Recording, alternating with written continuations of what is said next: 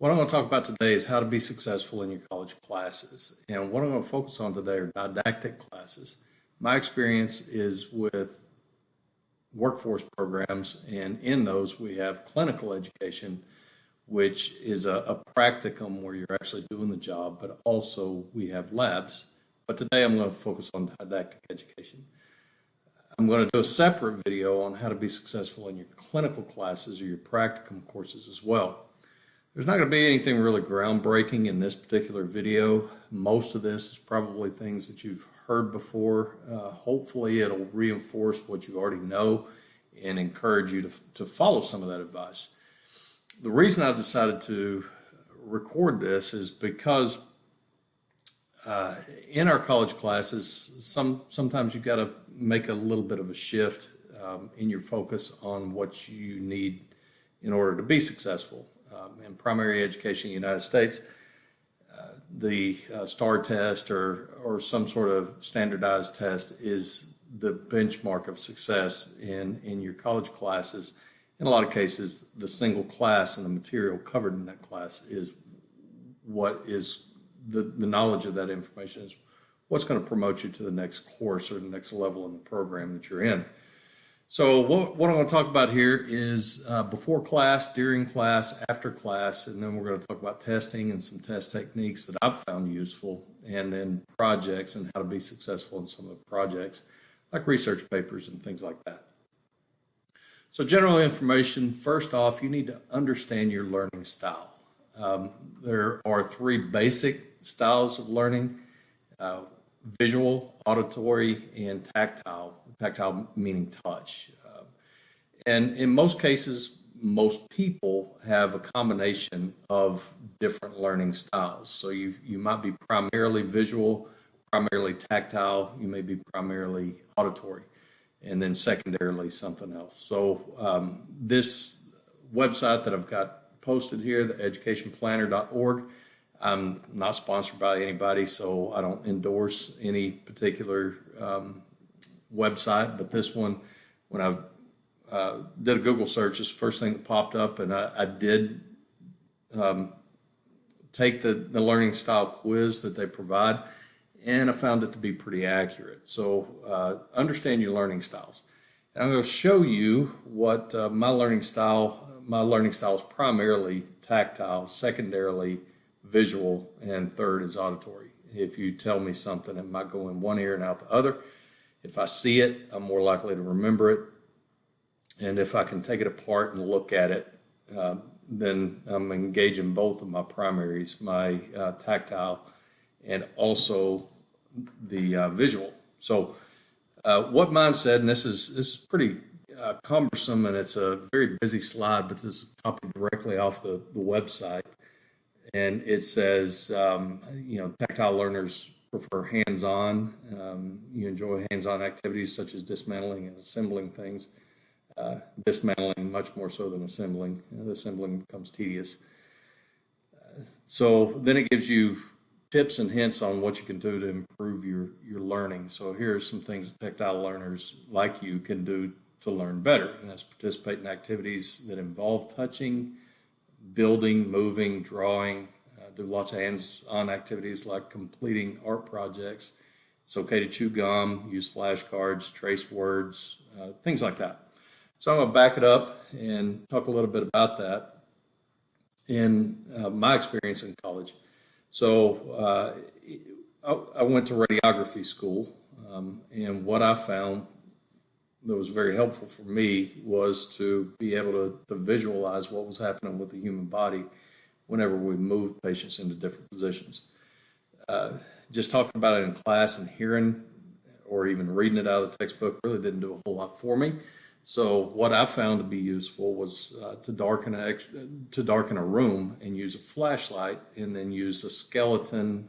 You can buy these little skeletons called Mr. Thrifty, and use those to manipulate inside of the light beam from the flashlight to see what was going on with the patient. If you view any of my videos in my lecture, you'll see that I talk with my hands a lot and I draw on the board. PowerPoints are hard for me, feel very awkward.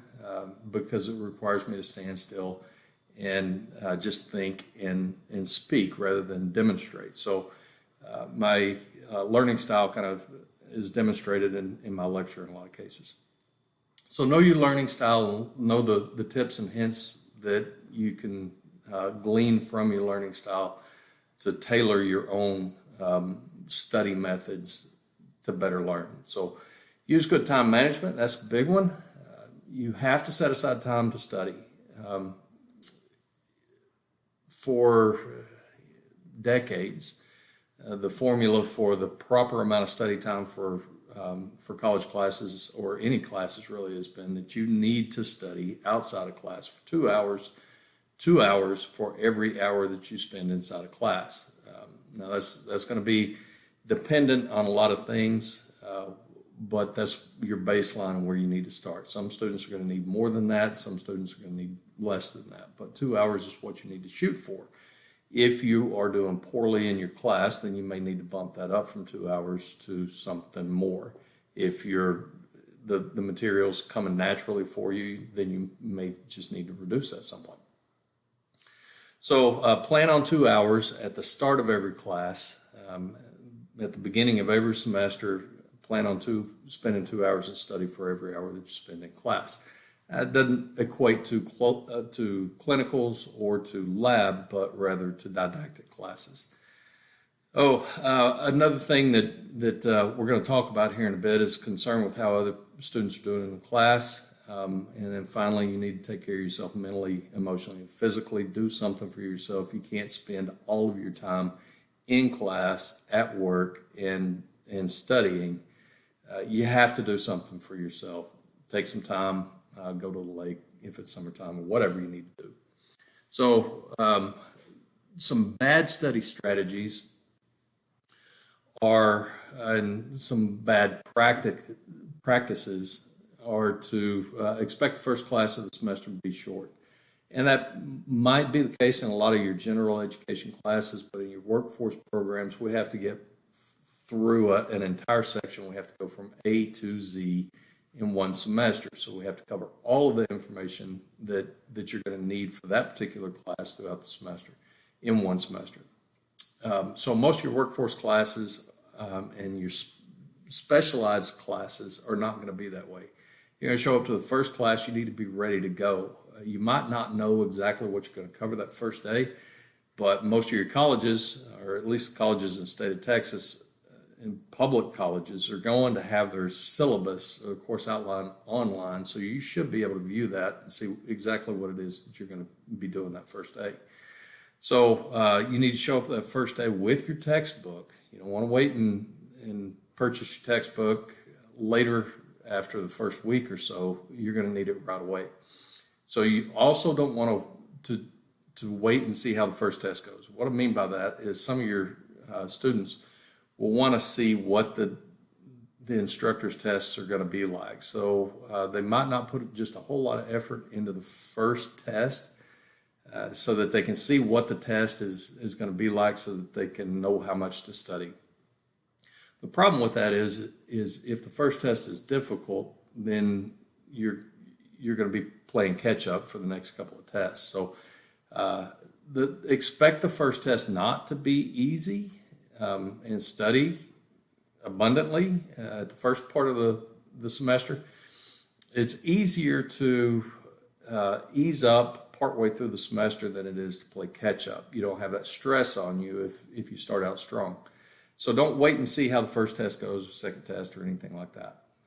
And then expecting the outcomes to equate to ease. And what I mean by that is, if you're in a workforce program that has a strong success rate, there's a reason for that success rate. And by success, what I mean is success on the credentialing exam, on the board exam. So if you're in a program that has good success on that exam, there's a reason for that. And that's probably because they're pretty thorough. So if you think that they're going to give you all the information that you need to be successful on the exam, you're right, they are probably, and that's why they have that success. But you have to learn it. What the instructor cannot do is make you learn. They can give you the information, but they can't make you learn. They can try to present it in a lot of different ways to help you to learn, but you have to be responsible for the actual learning. So good study strategies is to be a good steward of your time. Be responsible. Make the time. Set the time aside. Don't get behind and know what kind of study environment that you need. Some students need some background noise like music playing. Some students need absolute silence. So understand what your requirements are for good study. But whatever you do, don't get behind. Keep up with your assignments. Stay on top of your studies. Make sure at the beginning of the semester you put in the study time. And again, towards the end of the semester, if you've done your legwork on the first portion of the semester, at the end of the semester you can lighten up a little bit.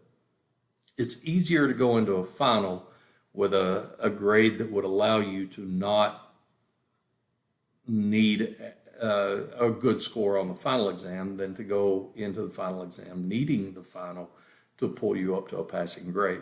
So put the legwork in at the first of the semester. If you're a coaster, then towards the end of the semester you may coast a little bit.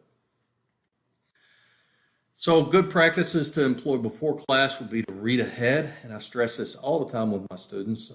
If you come into class and you've not heard the information at all before you arrive in class, then the first exposure to that information is naturally during the lecture.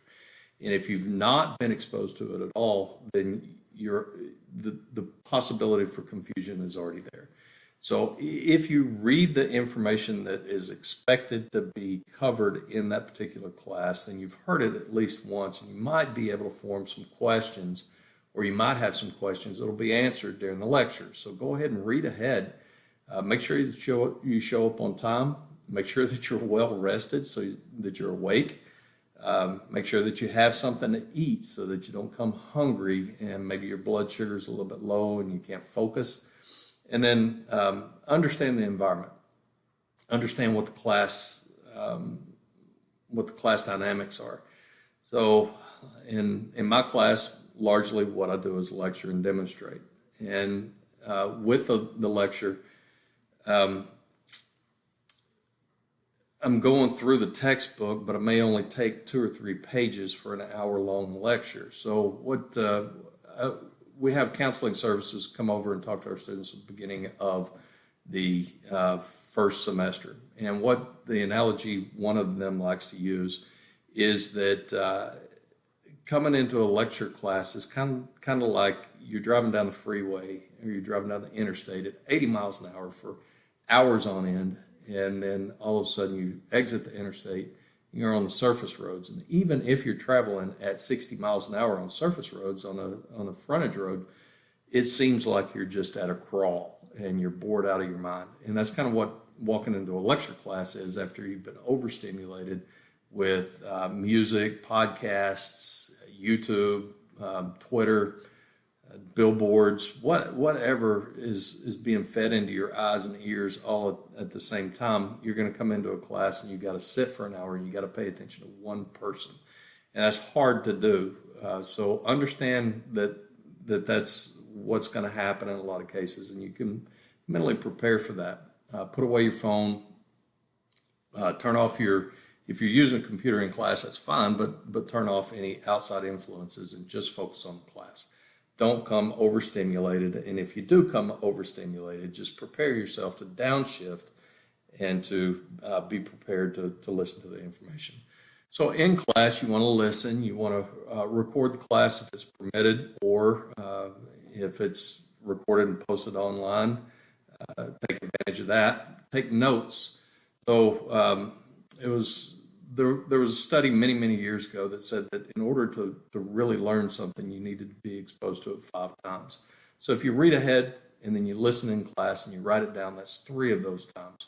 Now, if you go back and you listen to the lecture, you view the lecture on YouTube or whatever, then you've got 4, and then, deep consideration, thinking about the lecture, maybe 5 in that case. So take notes. It's helpful. Learn how to take notes, though. You don't have to write down everything that the instructor says, but make it more like an outline. and then ask questions, participate in class. And this is something that is absolutely helpful. I won't say it's vital because most people don't participate in class, but if you will participate in class, if your instructor is asking questions throughout the class, they're trying to gauge whether or not you know the information. And if they get no feedback whatsoever, they don't know whether to move on or not. So it's very helpful if you were to ask questions and participate in class. If the instructor is asking questions of the class, participate and answer the questions. Most of the time, if we have people who participate and answer the questions, it's only going to be one or two people. Be somebody who answers the questions. Participate in the class. It helps us to gauge whether or not you know the information. So the instructor's job is to present the material and explain the complicated concepts and fill in the gaps between the different concepts in the book. So chapters 1 and chapters 2 and 2 might go hand in hand, one complementing the other. So the instructor's job is kind of bring those things together. But what they can't do is, again, make you learn the information. So you have to be paying attention in class to the material and how it's structured and put together and how it's explained. What the instructor is not going to have time to do is to cover absolutely everything in the textbook. So you need to read the information so that you're exposed to it, but also so that you're exposed to it before the first lecture. So after class, again, reread the lecture, reread the chapter or the information that was presented, listen to or view the recorded lectures, form study groups. Study groups are very, very helpful. But what you want to look for in a study group is not necessarily your best friend in the class, because what you're going to have a tendency to do is if you're buddies with everybody who's in your study group, you're going to have a tendency to just talk and visit and not focus on the study information. Some mistakes that people make in forming their study groups is that they don't form study groups with people who think differently or learn differently than what they do. So if you all learn in the same way and you're just talking about the information, then you might not get perspective from other people. Also, seek people who are doing well in the class. Some of your higher performers in the class want to be in study groups, but nobody thinks that they want to be in a study group, so they don't ask them to join. Most of the people who are doing well in class are doing so because they are putting in the time to study, and they would like to be in a study group. So ask to change groups, mix up your groups now and again, and invite the smarter people. Well, I won't say smarter people. The people in the class who are doing really, really well to be in your study group as well. Use tutors if necessary. That's not something that I would necessarily recommend that you jump straight into before classes start. You certainly can, but most people use tutors when it becomes obvious that they aren't getting the information. Now, a little bit about that though, you don't want to wait until you're failing the class to get a tutor. If you're finding the information to be difficult, regardless of what your grades are, then it may be time to seek a tutor. Seek clarification from your instructor. That's a big one. Participate in class, ask after class. If there's a learning platform, maybe post questions in the discussion portion of the learning platform. Like we use Canvas is the title of our learning platform. Blackboard is another one. So if you have a question, chances are other students in the class have the same question. So post it so everybody can learn. Don't be shy and bashful. In all my years in education, it's been 27 years in education, 22 in a classroom, almost 23. Most of the questions are not dumb questions. I've had some from students who just were seeking attention, and they would ask abstract questions, but most of the time they're really good questions. So seek clarification, and then think about what you learned. So apply your learning style to what you learned in class. If you're an auditory learner, then class was probably real good for you. But if you're a visual, tactile learner, then lab and clinicals are really going to be where you're going to excel. But think it through and think about what you learned and apply it to your lab and to your clinicals, or even backwards. If you're a tactile or a visual learner, then you may have to apply what you learn in clinicals and lab to what you learn in class. So study and testing, things to study and how to approach studying. Does the instructor supply or provide study material, reviews? Can you get the PowerPoints? Those sort of things. And if so, then chances are that most of what they are going to test you on is going to come from their lecture information. So that would be your primary study, but certainly some of the information may come from the chapter that was not covered in class. So studying versus cramming. So make sure you get your study time in. There's an old saying, how do you eat an elephant? You eat it one bite at a time. So that's your studying. You're going to take little pieces. You're going to take, again, 2 hours per every hour, 2 hours of studying for every hour that you spend in class. You're going to spend that time going through the book and possibly doing some Google searches and trying to find the information that you need so that you can better understand the information. As opposed to cramming the night before the test is swallowing the elephant whole. You're just not going to learn anything that way. You're probably going to do poorly on the test. There's a time for cramming. Certainly if you've done the studying up front and you feel the need to put some time in on the backside, then certainly you can do some cramming if it makes you feel better. But that should not be your primary means of study. So study groups, we already talked about. Being distracted by others on test day is another thing. So the instructor tries to create an atmosphere where distractions are minimal. May ask you to turn your phone off. You really should turn your phone off. It's just common courtesy. Turn your phone off. Don't tap your pen. Don't move your leg around too much and make your chair squeak.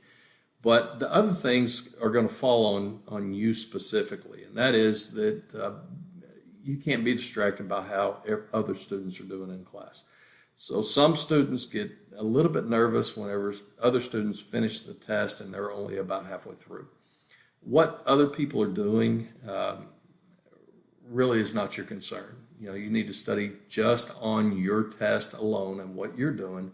And if there's a time limit, certainly pay attention to the clock, but, and we're going to talk a little bit about that here in a little while, but just worry about yourself and don't worry about how quickly some other people get through the test. Personally, I'm a slow reader, a little bit of ADD going on, so if I read something, it may just be my eyes moving across the page, so I have to go back and reread it. Also a little bit dyslexic. I'll literally type backwards sometimes. So it takes me a little bit of time to read through, and if I'm worried about other students getting through the test faster than me, then it would increase my stress level. So make sure that you finish in time, but don't pay attention to how quickly other people finish the test. And then overstudying actually is a thing. You can spend too much time in studying. You get to the point where you're saturated and you're not really overstimulated, but there's just not a whole lot more that you can cram in during a specific study time. So don't overstudy. So during the test, things that you want to do and things that you don't want to do. When you're answering the questions, first read the questions. Really kind of recommend that you cover up, if it's a multiple choice type question, I recommend that you cover up the answers and read the question and try to understand the question before you look at the answers. So if you've adequately studied, nothing in a test should be a complete surprise to you. You should know the topics anyway, so everything that's asked in the test should be familiar with you. That doesn't necessarily mean that you're going to answer it right, but it should be familiar to you. So understand the question, cover up your answers, read the question, understand the question, and once you think you understand the question, try to answer it in your head.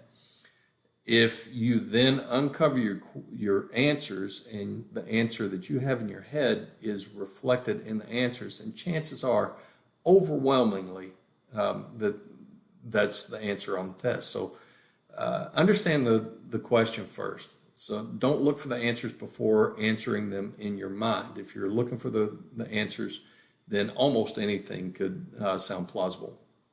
So cover up those answers, answer them in your mind, understand the question first.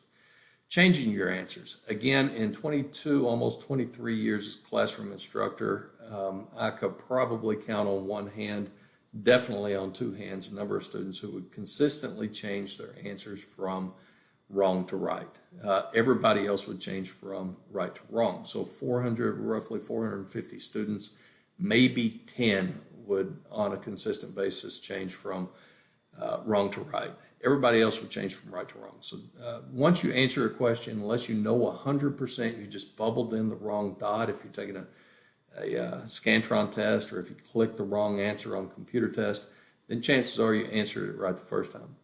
When you skip questions, and that's a strategy, if you run into a question you're just spending way too much time on, then skip the question. And what you might find is later in the test a similar question that will help you to remember what that question was, or what the answer to that question, the previous question was. Certainly don't forget to go back and answer that question. If you're doing a Scantron test, make sure that you skip over that set of bubbles so that you don't get off in your numbering. And that's just a disaster whenever you get your numbering off on a Scantron test. So skipping questions, I actually recommend, if you're just agonizing over one question, just move on. So use process of elimination. Most of the time on your multiple choice questions, there's going to be at least one answer that is just completely out of the blue. So eliminate it. If you mark on the test, try to remember to erase before you turn test in. But use process of elimination. Eliminate what is absolutely wrong, and that's going to increase your chances of answering the question correctly by 25%. Sometimes two of them will be completely crazy. So that brings you down to basically what equates to as what it will be like as true false type question. So you got one that's absolutely true and one that's absolutely false. So you have 50-50 chance of answering it right. So in process of elimination, if you see something in the answers that you have not read and you've not heard in a lecture, chances are that's a bogus answer. I'm kind of a wordsmith, and I'll throw words into my tests sometimes that just make no sense at all. And some of the students jump on them just because it sounded like a good word where it wasn't a word at all. So use your process of elimination.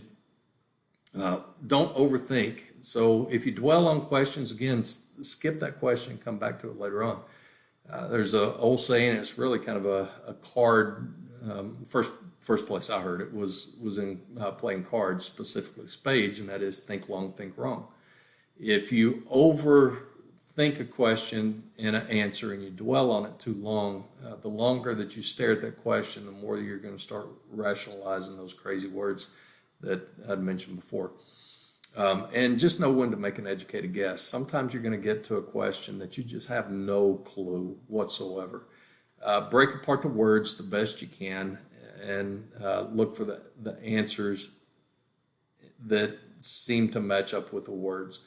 And sometimes it's just an out of the blue guess, but if you have no idea what the answer to a question might be, don't stress over it. Just mark it. If it's a multiple choice, you have a 1 in 4 chance of getting it right, regardless of what you answer. If it's a 100 question test, that's 1 point. So just mark something and go on. Don't let that one question ruin you for the rest of the test. So again, paying attention to other people's test times is just not helpful. It just increases your stress level. So after the test, you get your grade back and you need to assess how well you did on the test. First thing you need to do is be honest with yourself. How much time did you put into studying for this test? If you studied a lot, truly studied a lot, and you didn't do well on it, well, then you need to understand what went wrong. Why is it that you did not understand the information?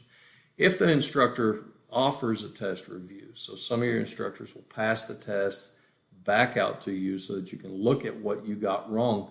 And what that is a learning opportunity for you. So you look back over the information and you learn from what you answered wrong.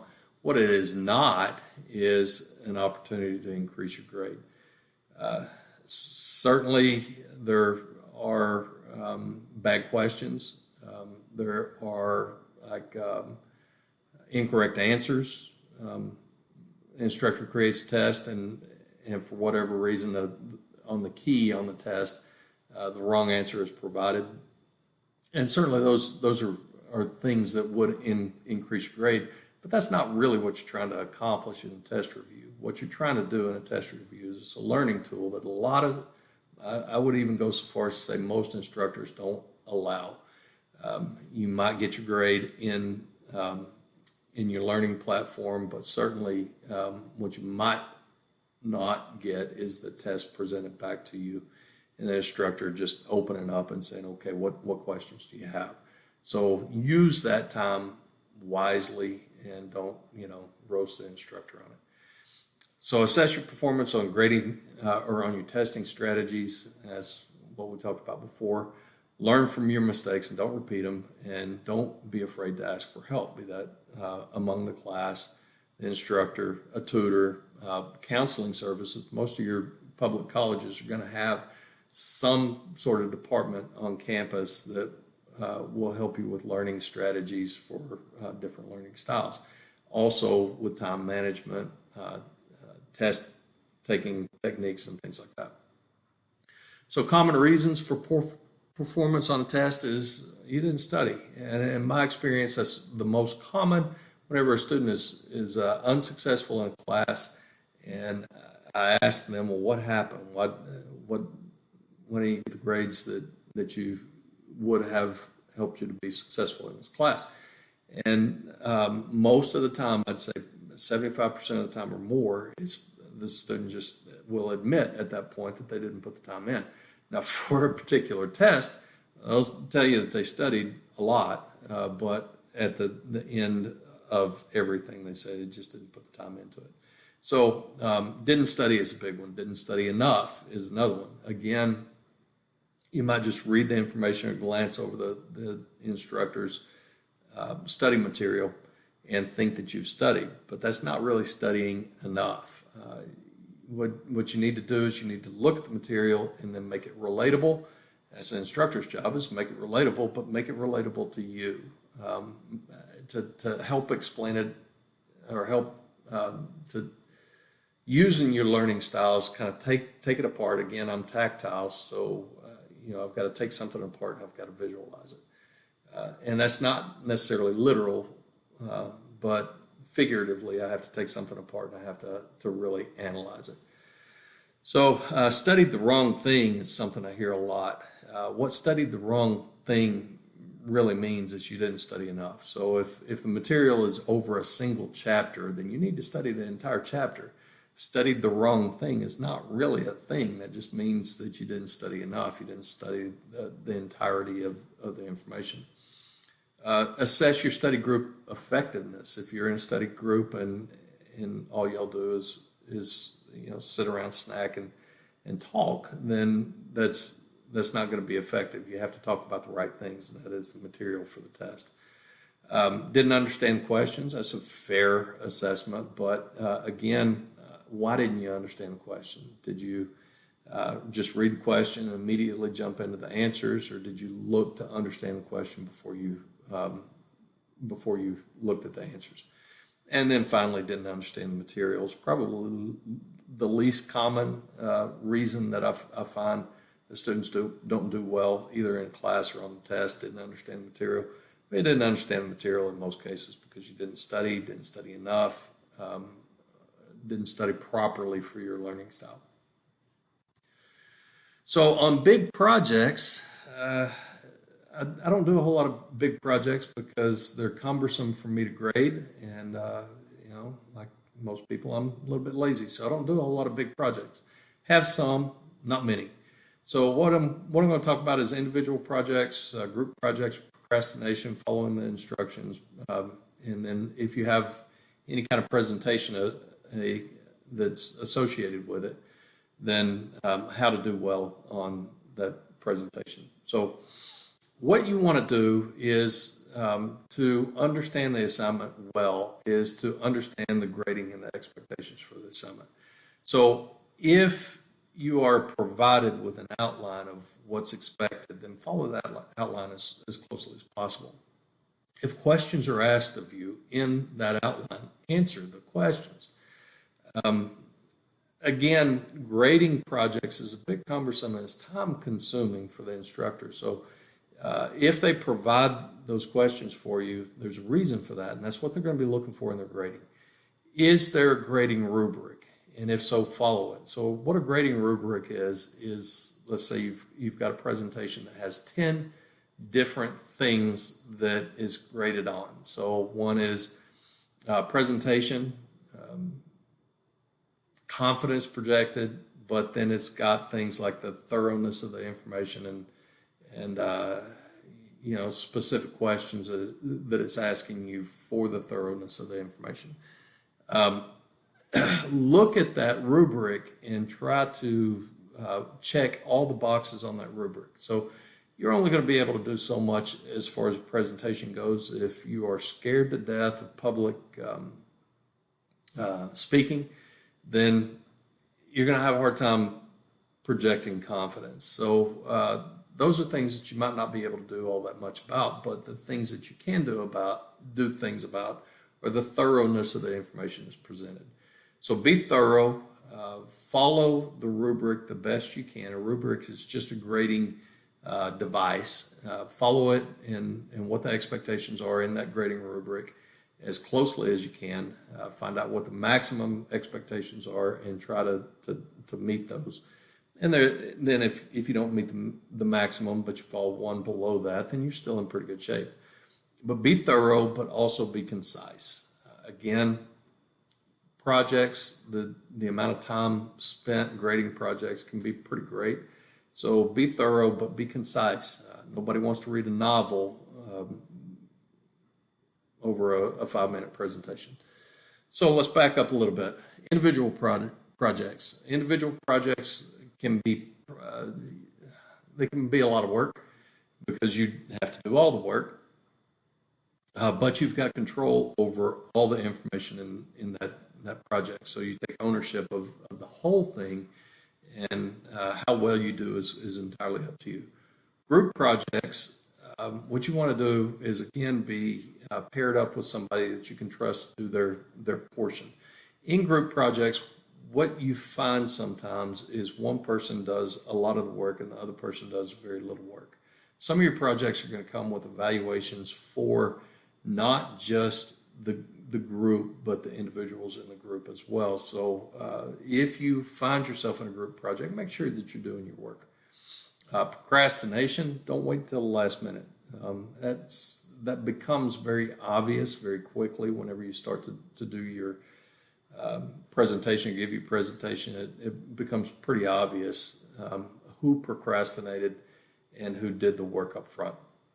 So follow the instructions again on your rubric, project confidence if at all possible, and how you can improve your confidence is by practicing. And the practice does not necessarily have to be reciting a speech, so to speak. So I don't have like a script that I go off of for every class that I teach. And part of the reason PowerPoints are difficult for me is because the PowerPoints, you have a tendency to look at what's written and read that off. And the problem I have with PowerPoints is that sometimes I put too much information into the PowerPoint and then I become more dependent on it. So what you might want to do in your practice is to know what your topics are, and then rather than trying to memorize a speech, think about what it is that you want to say over and over again. Write your talking points out, but don't give yourself too much information, because then you have a tendency to read instead of talking about the information. So practice. Certainly you can write a speech and try to memorize that, but I find personally that the better way to present is to just have an overarching concept, and then just kind of fly by the seat of my pants from there. So remember, your first concern is you. You're not concerned with how other students are doing in class. Some students are going to be doing really, really well. Sometimes I get a class of students that are resentful towards somebody who does not have to study, and that's just wasted emotion. If you have somebody in your class that doesn't have to study, that the material comes naturally to them, good for them. Good for them. You wish that you could be like that, but not everybody can. So just let it go. Don't worry about how the student's doing. If you have somebody else in the class that's doing really, really well, and they're not expressing that they don't have to study, then you can bet your bottom dollar that they're working really, really hard for those grades. You don't need to be resentful towards them either. They're doing better than me. Who cares? They don't have to study. Again, who cares? Trying to be someone's savior when they aren't doing well is another thing that I've seen. Sometimes students want to stick up for their friend. Okay, well, you can't really stick up for your friend and get them a better grade.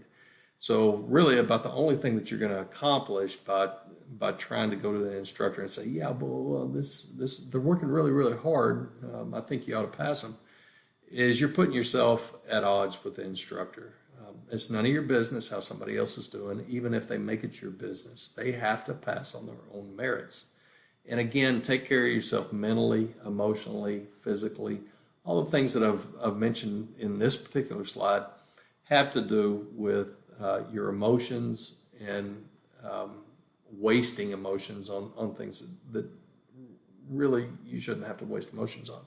So ignore all that stuff, block out that outside noise, and just focus on yourself and how well you're doing in class.